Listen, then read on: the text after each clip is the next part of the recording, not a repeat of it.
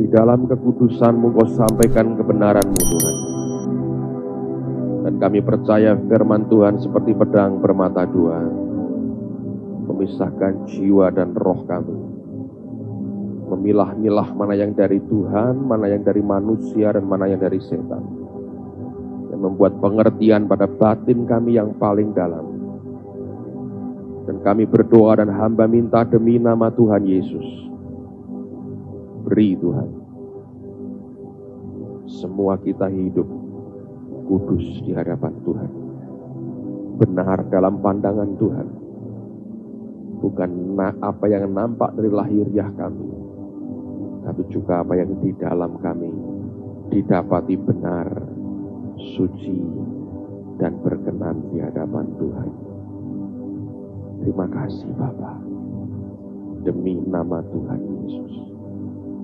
Dan semua kita berkata, silakan duduk saudara.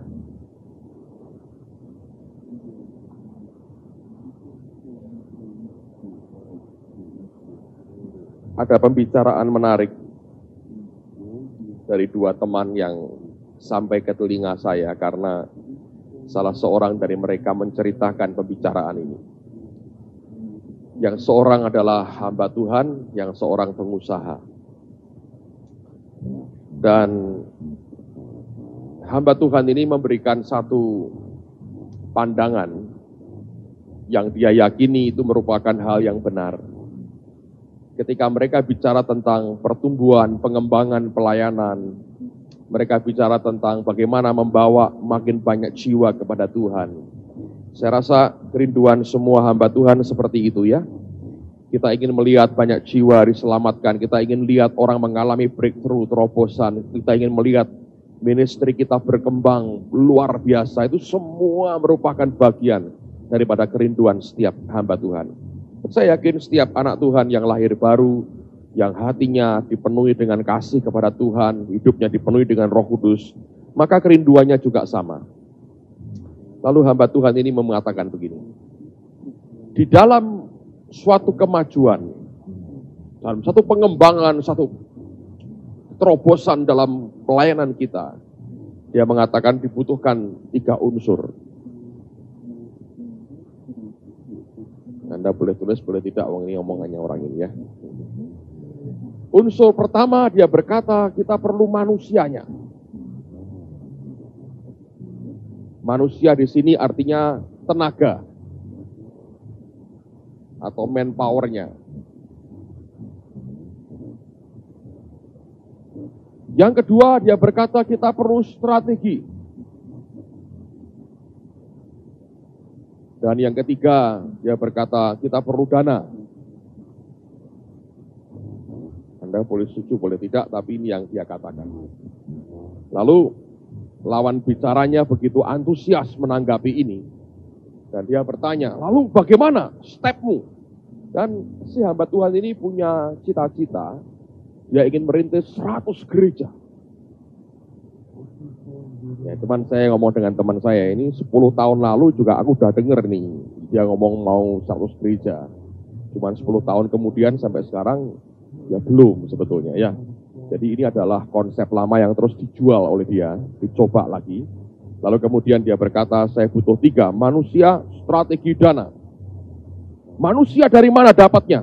Oh, aku menghubungi akan sekolah-sekolah Alkitab.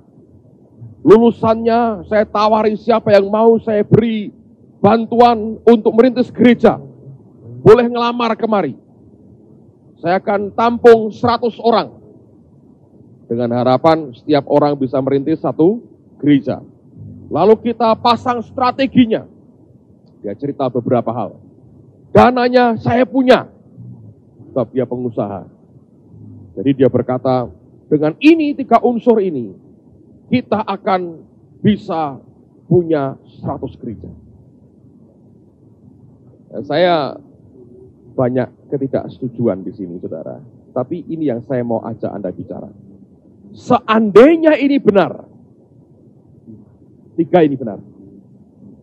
Saya mau beritahu saudara, sebetulnya titik yang paling lemah, tapi sekaligus paling kuat, sentralnya, itu bukan di strategi dan bukan di uang, tapi di manusianya. Saya tidak berkata ini benar tiga ini, karena saya pernah mengajarkan pada mulanya apa? Allah. Jadi saya tidak pakai ini semua. Tapi saya mau katakan demikian, saudara. Rencana Allah buat dunia ini itu adalah tertuang pada rencana Allah untuk manusia. Yang Allah sebetulnya paling peduli bukan strategi kita, bukan aktivitas kita, bukan betapa besar gereja kita, bukan betapa hebat kita berkembang. Sama sekali tidak memberikan impresi apapun kepada Allah. Percaya? Kelak kalau kita datang ke Tuhan, segala aspek yang pernah engkau touch dalam hidupmu, engkau boleh lakukan apa saja. Kalau engkau hadapkan ke Tuhan, tidak memberikan dampak apapun di hadapan Dia. Sebab mata Tuhan tertuju bukan kepada bendanya, bukan kepada materinya, bukan kepada semua yang duniawinya, tapi tertuju kepada anak-anaknya sendiri. Nah, saya harus jujur berkata kepada saudara, inilah salah satu bagian yang seringkali di tengah-tengah gegap gempitanya orang kerja dengan luar biasa, tiba-tiba muncul kebocoran dan kebobolan. Itu bukan pada strategi, bukan pada duit, saudara. Enggak sebetulnya. Kebobolannya gereja, pekerjaan Tuhan dan pelayanan, itu pada orang Jawa berkata, istilahnya Bu Indri, menungsonya manusia. Jadi kalau Anda perhatikan apa yang Tuhan katakan dalam Alkitab, kalau mau diputar-putar dari segala jurusan, ngarahnya itu ke manusianya. Anda mau debat strategi boleh. Anda punya strategi, Anda punya dana, Anda punya semua. Tapi orang-orangnya amburadul semua, jebol semuanya, saudara. Tidak ada gunanya. Anda boleh orang brilian, Anda boleh orang jenius, Anda boleh punya semua, Anda boleh punya power. Ininya hancur semua. Tapi saya berani berkata, saudara boleh tidak punya strategi, boleh nol duit saudara, boleh tidak punya apa-apa. Tapi dalam pandangan Tuhan, Dia berkata, aku berkenan dengan orang ini. Anda akan jadi luar biasa. Itulah sebabnya betapa pentingnya kita menyadari bahwa kalau Anda dan saya rindu dipakai Tuhan, jangan belajar dari orang lain akan strateginya. Jangan belajar akan metode. Gak ada gunanya, saya beritahu. Kalau mungkin saya ekstrimkan, saya berkata gak ada gunanya. Saya lembutkan sedikit, minimal sekali manfaatnya. Saya beri contoh begini. Hari-hari ini, dunia ini kan penuh dengan berbagai macam inspirasi. Ya. Orang misalnya ya, ini ada tipikal orang begini. Kalau Anda lihat di gereja-gereja seluruh dunia, baik yang diekspos oleh media maupun yang tidak diekspos, baik yang mengekspos dirinya maupun yang tidak, kita melihat ada begitu banyak gereja yang mengalami pertumbuhan, growth yang signifikan. Pertumbuhannya signifikan sekali. Ya, dari kecil, dalam waktu sekian, tiba-tiba dia bisa luar biasa. Ada orang-orang yang ministrinya begitu signifikan pertumbuhannya. Nah, ini terjadi di banyak tempat yang berbeda-beda. Dan masing-masing itu punya salah satu atau dua hal yang begitu kuat pada mereka. Lalu kalau Anda berpikir seperti orang dunia berpikir, Anda akan berkata begini, oh saya mau pelajarin. Ini majunya karena apa? Lalu kemudian dia berkata, oh saya karena doa pagi misalnya.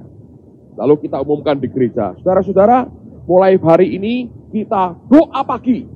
Mereka jam 3, kita juga jam 3. Lalu mulailah doa pagi jam 3. Semangat doa pagi.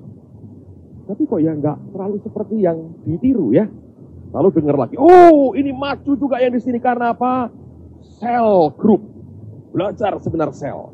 Lalu berkata, saudara-saudara, sel group semua sel. Doa pagi jalan, selnya jalan. Tapi kok juga tidak sesignifikan kemajuannya yang tempat dia pelajari. Yang lain, ini maju, apanya? Oh, praise and worship. Ini karena ELG datang ngajari breakthrough, Baal Perasim. Lalu dia berkata, Baal Perasim, pujian penyembahannya. Tapi juga tidak seperti ini pertumbuhannya. Lalu ada yang lain, oh sana juga maju. Apanya? Oh ternyata para pendetanya terdidik semua. Levelnya doktor semua. Oh ini karena edukasi di sini. Kata orang begitu ya. Lalu kemudian dia berkata, baik saya belajar dari gereja ini. Seminar di gereja itu. Wah pentingnya sekolah, pentingnya mencapai gelar karena masyarakat pendidikan disurvei semua. Oh perlu, semua pendetanya suruh sekolah. Bayangin ya. Sudah bangun jam 3 untuk doa pagi. Lalu kemudian ngurusi anak sebentar, suruh sekolah pendetanya. Lalu setelah itu suruh ikut training atau mentraining cell group, malam kebaktian praise and worship. Lalu kemudian ditambahi satu lagi. Oh ini gereja juga maju. Apanya? Penggembalaannya hebat. Dalam arti apa? Visitasinya hebat. Lalu dia berkata, ayo besok semua. Pada akhir minggu, itu 5 pendeta mati mendadak di gereja. Dan gak ada apa-apa yang signifikan.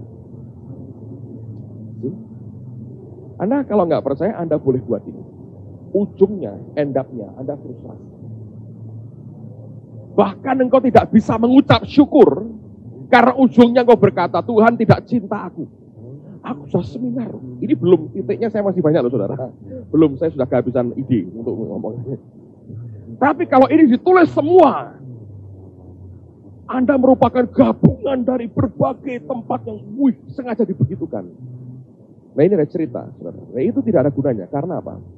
Dengar baik-baik. Saya pernah dengar ini, karena ini merupakan true story. Yang tidak terlalu hebat sebetulnya, tapi memberikan gambaran kepada kita. Ada seorang ilmuwan yang mengambil sebuah kacang. Dia cabut kacang itu ya. Dia buka. Dia bawa ke laboratoriumnya. Dan dia berkata begini. Aku ingin tahu. Kacang ini unsur di dalamnya itu apa saja. Diurai. Ngerti saudara ya? Dibawa ke lab yang paling canggih. Dan diurai semua unsurnya. Oh unsur ininya sekian persen. Unsur ininya sekian persen. Ini sekian persen. Campuran ini itulah kacang. Lalu kemudian dia berkata, kita buat. Dia ambil unsur sekian persis. Unsur ini dia ambil dari bahan lain sekian persen. Unsur ini sekian persen. Unsur ini sekian persen. Unsur ini sekian persen. Kemudian dia satukan dan dia berkata, unsur dalam kacang saya urai sama dengan yang saya buat ini. Kalau saya urai persis sama, tidak ada perbedaan. Kemudian kacangnya dia tanam. Di samping kacang, semua unsur yang dia sudah jadikan satu itu, dia juga tanam. Anda bisa nebak. Yang dia buat itu tumbuh nggak, saudara? Hah? Kenapa? Sama persis. Diurai semua unsurnya. Kok nggak bisa tumbuh? Kenapa? Saya mau tanya. Hah? Itu bahasa roh yang saya nggak dengar. Perlu diinterpretasikan. Kenapa? Ya, kenapa? Kalau manusia yang buat itu, kenapa nggak tumbuhkan? Jangan asal manusia yang buat dong. Tidak ada kehidupan. Luarnya, modelnya dibuat persis sama. Bedanya apa? Tidak ada. Sebetulnya kalau itu tumbuh, saya khawatir loh. Anda akan diurai. Dan materi terbanyak apa? Air. Celaka nggak? Jadi orang bawa air sekian liter. Ini calon anak saya. Atau nggak kira-kira? Kalau tumbuh, saya mulai khawatir, saudara. Karena lama-lama orang akan urai manusia. Lalu dia akan buat seperti unsur-unsur kita. Ngerti saudara? Yang membuat perbedaan adalah yang satu ada kehidupan, yang lain tidak. Tapi saya mau tanya, kehidupan dalam kacang yang asli itu, Anda bisa lihat gak dengan matamu? Anda bisa raba tidak? Waktu di mikroskop ketahuan gak ada? Tapi sebetulnya konkret atau tidak? Saya hanya mau katakan begini, ini simple sekali kan. Dengerin baik-baik, saudara akan jadi apa tergantung Anda punya kehidupan itu. Ini sudah 4 bulan kita belajar. Dari orang aneh-aneh seluruh dunia ngajar di sini. Lama-lama saya pikir saya juga agak aneh juga lama-lama ya. Nah kumpulnya orang aneh saudara.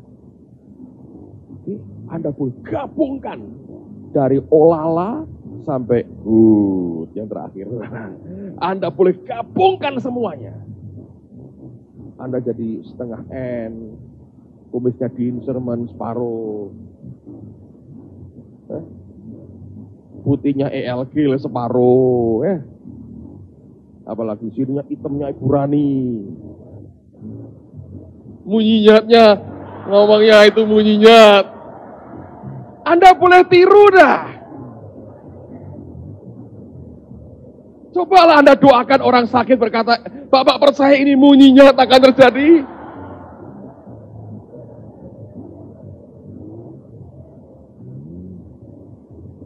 Anda boleh tiru munyinyat, tapi munyinyat dan munyinyat beda saudara.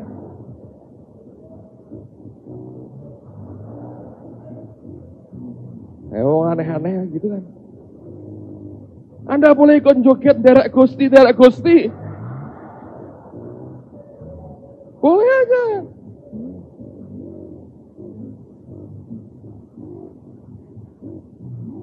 Sedangkan Anda tak beritahu ini rahasia besar sebetulnya.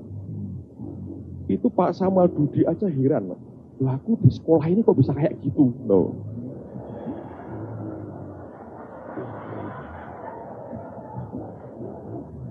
Di tempat lain itu kan sering ngajar di Ungaran. Saya ngomong terus terang, beberapa teman ngomong saya, kamu nggak salah, Dudi gue suruh ngajar seminggu. Enggak. Oh nggak ada apa-apanya. Itu nanti mau ngomong apa dia?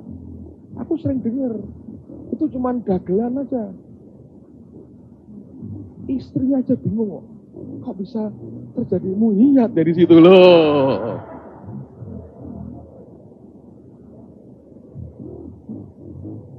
Jadi lalu kalau Anda manggili dia dengan harapan buat munyinyat seperti di sini, saudara, itu belum tentu. Orangnya sama, malah kurang 5 kilo dia, saudara, turun. Ngurusi saudara di sini tuh. Ngurusi kayak gitu, nggak bertobat juga. Gitu. Yang berbeda apanya? Faktor apa? Kehidupan. Dan itu sumbernya cuma satu. Siapa itu? Tuhan. Yesus berkata apa? Akulah apa? Jalan, kebenaran, dan jadi itu kalau nggak ada faktor Yesus, nggak ada apa-apa. Saya harap ilustrasi kacang itu menolong saudara dan saya untuk melihat. Saudara boleh tirulah apapun yang dibuat orang. Anda tiru. Makanya kalau ada orang tanya dengan saya terus terang tidak pernah mau tipu orang. Kalau saya berkata, oh kita maju karena ini. Saya berkata, bohonglah saya. Itu hanya akibat kok sebenarnya. Dari apa? Dari kehidupan. Ganti dengan unsur lain. Anda ambil jagung. Ya, itu kan banyak unsur yang berbeda dengan kacang. Tumbuh nggak? Tumbuh. Anda ambil biji apapun, semua biji-bijian. Anda tanam. Tumbuh nggak? Tumbuh. Pak, tapi ini kan berbeda-beda unsurnya. Betul. Tapi yang sama apanya? Kehidupan. Oleh karena itu faktor manusia ini, supaya kita bisa tumbuh, bisa berkembang, hanya dimungkinkan kalau kehidupan itu ada di dalam saudara. Makanya ketika Daud bertobat dalam Mazmur 51 yang tadi kita nyanyikan itu, ketakutan yang luar biasa, dia berkata, jangan buang aku dari hadapan hadiratmu, dan jangan ambil rohmu yang kudus. Dari mana dia ngerti? Satu, karena dia tahu asal muasalnya, cikal bakalnya dia. Dia ngerti dari sejak dia 0 sampai Allah tinggikan dia, diurapi sampai 3 kali. Dan dia tahu semua itu bukan karena Daudnya, tapi karena kehidupan Allah di dalam dia. Dan dia pernah lihat Saul. Ini orang diurapi dahsyat oleh Samuel. Dalam 1 hari Allah mengubah. Bukan hanya pengurapannya bertambah atau berlipat-lipat, tapi hatinya diubah dalam sekejap oleh Allah sendiri. Tapi ketika dia tidak hidup dalam kebenaran, dan kemudian roh Tuhan undur daripadanya, ujungnya kerasukan setan, matinya mengerikan. Dia bunuh diri. Oleh karena dia lihat orang yang sudah ditinggalkan kehidupan itu begitu mengerikan, maka ketika dia berdosa, yang paling dia takutkan, kalau kehidupan yang sama pergi dari dirinya. Dia kan ngerti ketika Saul kerasukan, dia kan yang mainkan kecapi buat Saul. Saudara. Dia kan tahu orang yang bekas diurapi, dikuasai setan. Dia tahu. Cukup lama tinggal di istana, dia ngerti kan keluarganya Saul, dia kan menantunya. Dia tahu semua kegilaan di istananya Saul, dia tahu. Sejak kehidupan itu meninggalkan dia. Saudara boleh punya strategi hebat. Saudara boleh punya dana berlimpah-limpah.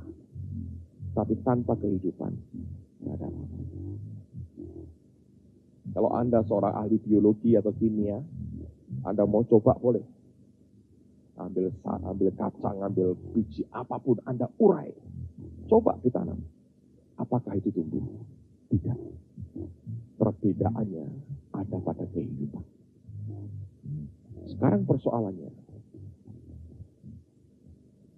sampai seberapa lama sebetulnya roh Allah itu mau tinggal dalam hidup kita? Oh, menurut saya dia mau selama-lamanya. Dia punya sifat pribadi yang sangat setia sekali. Tapi kitab Kejadian berkata, Tuhan berkata, rohku tidak akan selama-lamanya tinggal pada manusia.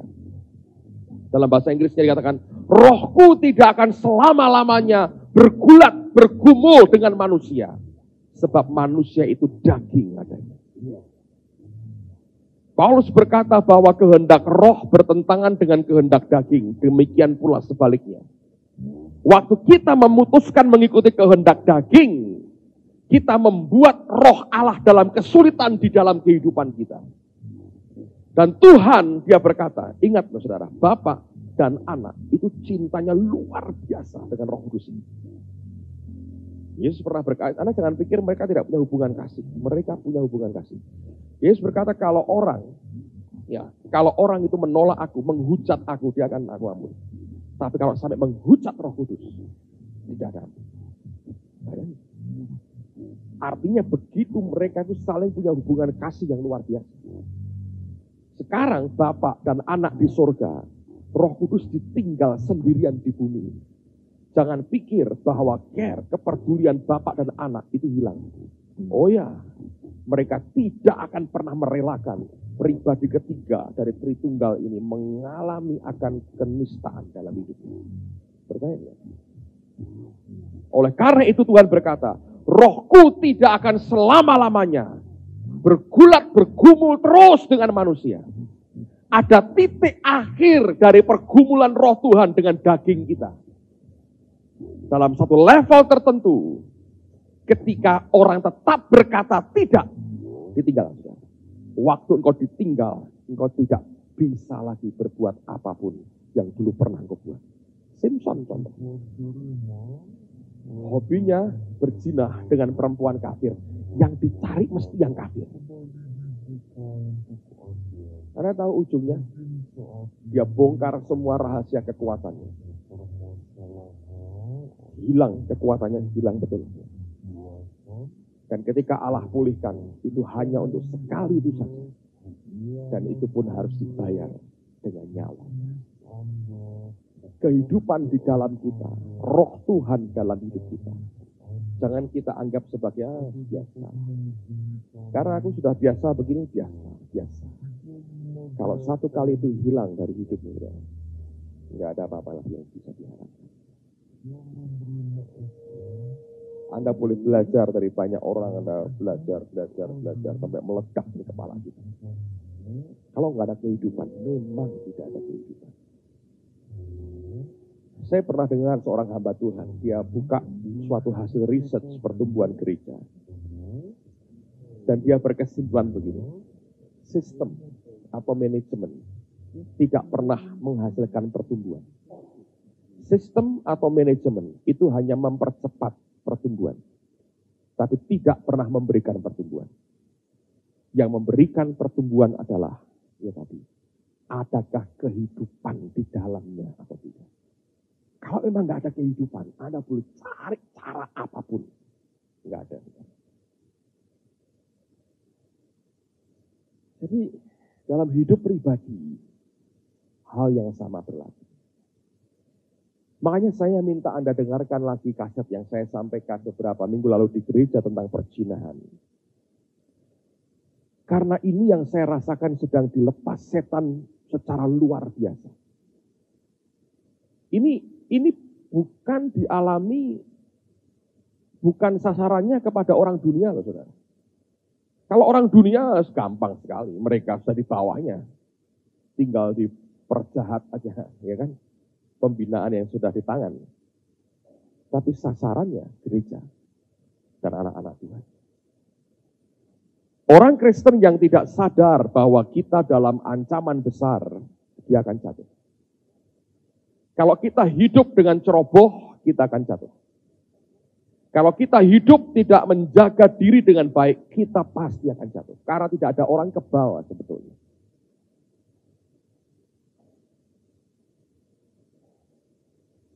Dan di dalam gereja, saya perhatikan sudah terlalu banyak kompromi dibuat. Saudara. Kadang-kadang si pendeta ini tutup mata. Karena merasa bahwa, ini pemain musikku nggak beres. Ya, tapi nggak ada yang lain.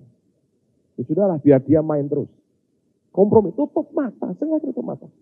Yalah, beri kesempatan ini, saya doakan dulu lah. Saya tegur pelan-pelan. Tapi sebetulnya kompromi. Nah, oleh karena kita tidak sadar, ini bahaya, roh begini itu nularnya cepat sekali. Lalu kita kompromi. Nah, orang Kristen itu digoblokin setan. Iblisnya berkata, ya kan kamu perlu kasih. Saya selalu punya problem ini, saudara. Saya nggak tahu dengan Anda. Nanti kita akan buat waktu untuk kita diskusi. Kalau perlu ada debat yang seru boleh, saudara. Saya akan lemparkan beberapa hot issue. Banyak hal-hal yang panas, gitu ya. Yang kalau Anda dengar, Anda akan punya dilema. Nanti pada ujungnya saya ingin ngerti sampai bagaimana reaksi Anda. Karena yang saya sampaikan, beberapa itu sebetulnya true story. Kisah nyata sekali. Dan dalam gereja ini akan makin sering dihadapi. Tapi saya beberapa kali punya masalah. Setiap kali saya mencoba mendisiplin orang, terutama yang kasus perzinahan, selalu ada orang-orang yang berdiri membela orang ini.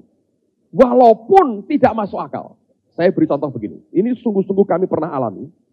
Dan saya buat tindakan tegas ini pertama kali dalam hidup saya umumkan di gereja. Itu jemaat baru sedikit. Kira-kira waktu itu baru cuma 125. Tak umumin. Apa adanya saya ngomong. Dengan resiko orang bisa kabur, bubar itu gereja bisa. Tapi saya bilang sekali lagi. Pada mulanya Allah. Kalau bukan Allah sudah nggak bisa. Kadang-kadang kita perlu minta anugerah untuk hidup nekat dalam kebenaran, saudara. Kalau bukan kadang-kadang, selalu kita perlu minta itu. Kadang-kadang kebenaran dan tidak benar ditentukan apakah sampai seberapa jauh kita berani menuruti apa yang Tuhan katakan. Ini terjadi sungguh di gereja. Akhirnya saya berkata, udah, sekarang kamu resign dari pelayanan, berhenti dari pelayanan. Kami buat pertemuan di rumah teman waktu itu. Saya bilang, saya minta kamu berhenti. Terus dia tanya, untuk berapa lama? Normal nggak pertanyaan itu? Ya, terus saya bilang, kamu berhenti dulu, bukan saya pecat loh. Kamu berhenti dulu, jangan melayani. Dia balik tanya, untuk berapa lama? Saya bilang, tidak tahu. Oh, tidak tahu, saudara. Terus dia ngomong gini, kalau ada orang mencuri ayam, ditangkap, dimasukkan ke penjara, hakim menvonis pun jelas, berapa bulan, berapa tahun. Saya ini divonis berapa lama? Bener gak pertanyaannya? Bener gak? Bener kan? Nah, makanya. Itu ada teman yang bilang, ya betul, jelas harus berapa lama. Terus saya berdoa, Tuhan saya mesti ngomong apa nih? Itu kan logik kan, make sense kan? Dan Tuhan beri hikmat luar biasa. Saya ngomong sambil heran dengan hikmat Tuhan ini, yang membungkam mulut mereka. Terus saya berkata begini, ya, kalau analoginya kamu seperti pencuri, memang harus jelas. Tapi kamu ini bukan pencuri. Kamu ini orang sakit kronis. Kalau ada orang punya sakit kronis, masuk rumah sakit, bisa nggak tanya dokter, dok, aku di rumah sakit itu dijamin berapa hari keluar? Ada nggak dokter berkata, ya 5 hari, ada nggak? Ya tergantung. Setelah kamu masuk di rehabilitasi ini, kita lihat sampai seberapa parahnya, kan gitu ya. Lalu waktu kami beri obat, kamu minum tidak obatnya? Jadi kamu boleh keluar setelah sembuh. Oh gitu ya? Iya. Kamu bukan pencuri. Ya emang betul kamu pencuri juga. Tapi kamu orang sakit. Kronis, nular lagi saya bilang. Jangan tanya berapa lama. Tergantung kamu dan dokternya. Dia diam. 2 hari kemudian dia kabur. Keluar kota dan tidak pernah ketemu lagi.